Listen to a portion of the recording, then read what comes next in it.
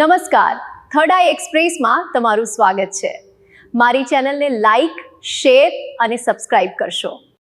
ગોરખી ગામે માવઠાનો માર, આંબાના પાકને ભારે નુકસાન, ખેડૂતોમાં ચિંતા। આજરોજ તારીખ 22 માર્ચ 2026ના બપોરના 2 કલાકે વાત કરીએ તો તળાજા તાલુકાના ગ્રામ્ય વિસ્તારોમાં મેની વાવાઝોડું અને કમોસમી વરસાદે ખેડૂતોની મહેનત પર પાણી ફેરવી દીધું છે। ખાસ કરીને ગોરખી અને આસપાસના ગામોમાં આંબાના પાકને નુકસાન થયું છે। જોરદાર પવનના કારણે મોટાભાગની કેરી ઝાડ પરથી પડી જતા ખેડૂતોને આર્થિક નુકસાન સહન કરવાનો વારો આવ્યો છે। સાથે સાથે જણાવીએ કે ખેડૂતોએ પણ યોગ્ય વળતર મળે તે માટે સરકાર સમક્ષ માંગણી કરી છે। આ પરિસ્થિતિ માત્ર એક ખેડૂતની નહીં પણ અનેક ખેડૂતો સુધી આવી પહોંચી છે।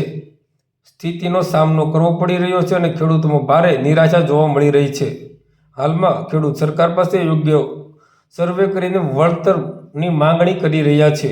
એક જ વર્ષમાં 2 વાર કમોસમી વરસાદને લઈને ખેડૂતોને મોટું નુકસાન સહન કરવાનો વારો આવ્યો છે। જી, આપનું નામ? મુકેશભાઈ રોડિયા, શું ગામ? ગામ ગોરખી।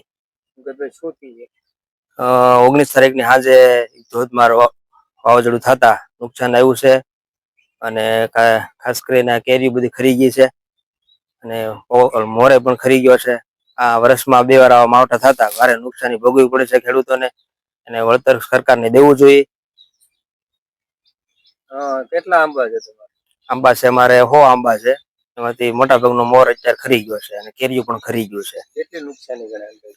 નુકસાની ₹1,00,000 નુકસાની કરી, અંદાજે ₹1,00,000 જેવું નુકસાની ખેડૂતને આવી છે।